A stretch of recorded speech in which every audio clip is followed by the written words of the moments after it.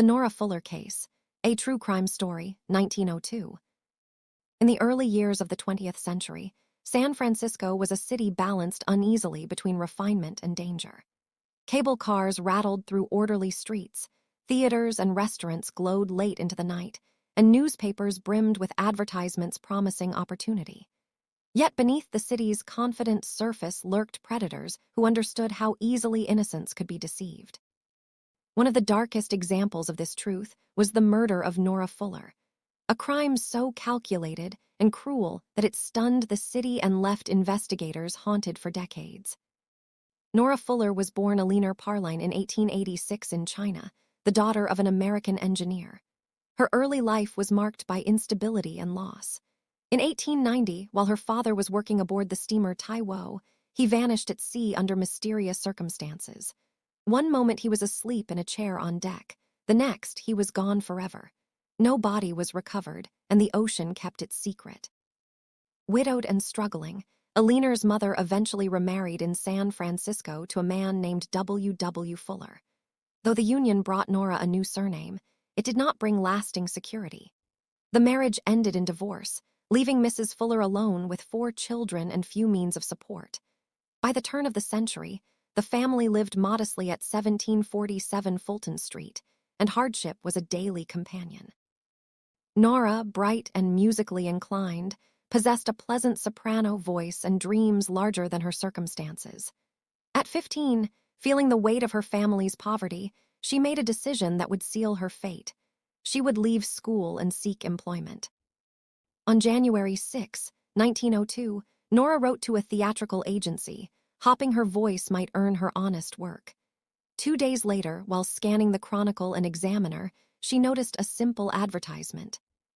Wanted, young white girl to take care of baby, good home and good wages. There was nothing about the notice to alarm her mother. Such ads were common, and respectable families often recruited help this way. Nora answered it at once. On January 11, a postal card arrived, addressed neatly in a man's hand. Miss Fuller, kindly call at the popular restaurant 55 Geary Street and inquire for Mr. John Bennett at 1 o'clock. If you can't come at 1, come at 6. Mrs. Fuller read the message and allowed Nora to go, unaware that she was sending her child into the grasp of a monster. About an hour after Nora left, the telephone rang at the Fuller home. Her 12-year-old brother answered. A nervous voice, one that sounded unsettlingly like Nora's, told him she was at her employer's house and had been asked to begin work immediately at 1500 Geary Street. Mrs. Fuller instructed her son to tell Nora to come home and report for work on Monday instead. The boy relayed the message. The voice replied, "All right," and abruptly hung up. Nora never returned.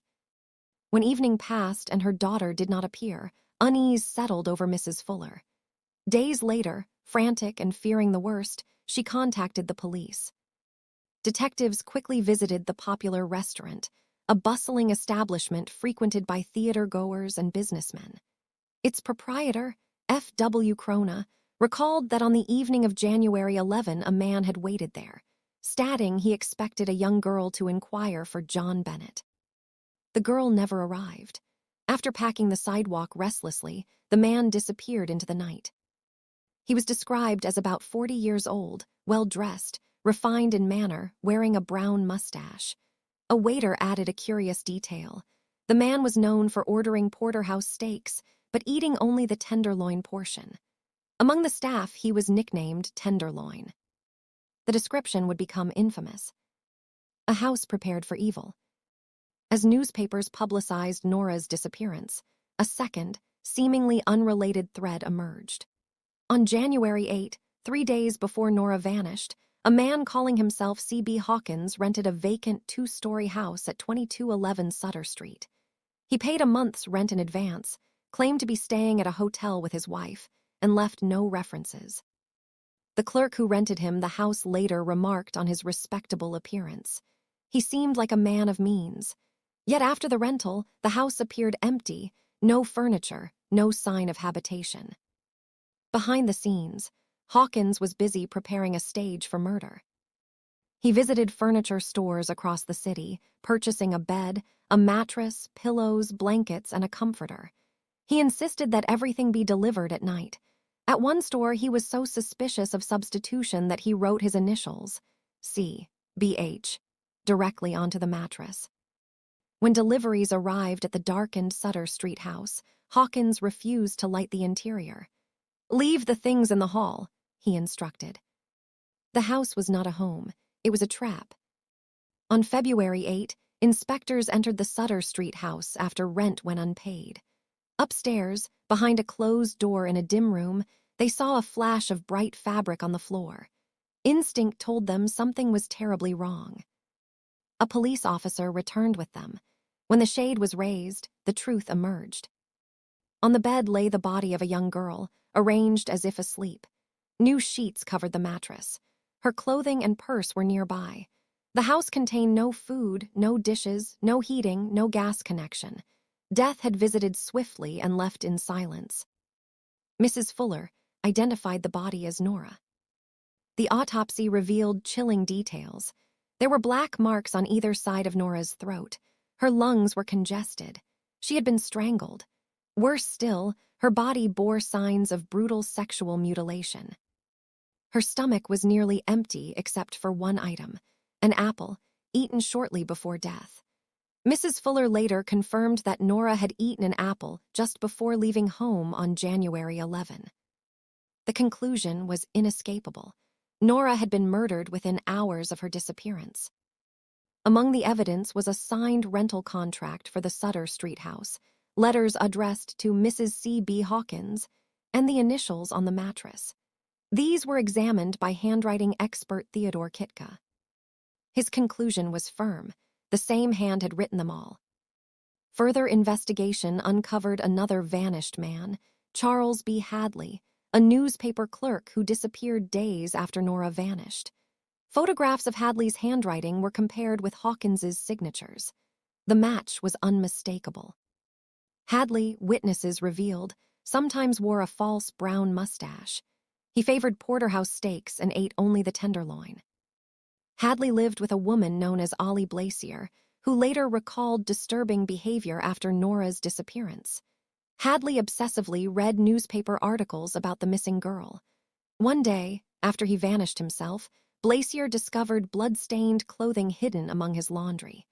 Terrified, she burned the garments and his hat. Hadley had money in a local bank, money he never reclaimed. Investigators learned that Hadley's true name was Charles Start, a man with a history of fraud, embezzlement, and sexual assault involving underage girls. Circulars bearing his likeness were distributed nationwide. He was never found. An unsolved horror. The coroner's jury ruled that Nora Fuller had been strangled to death at 2211 Sutter Street within 24 hours of January 11, 1902, by unknown parties. A reward was recommended, but justice never arrived. Some believed Charles Start fled the country. Others believed he took his own life. No proof ever surfaced. The Nora Fuller case endures not because it was solved, but because it reveals how methodical evil can be. A killer planned his crime days in advance, hid behind aliases, used deception and respectability as weapons, and vanished into history. Nora Fuller was only 15 years old, young, hopeful, and trying to help her family survive.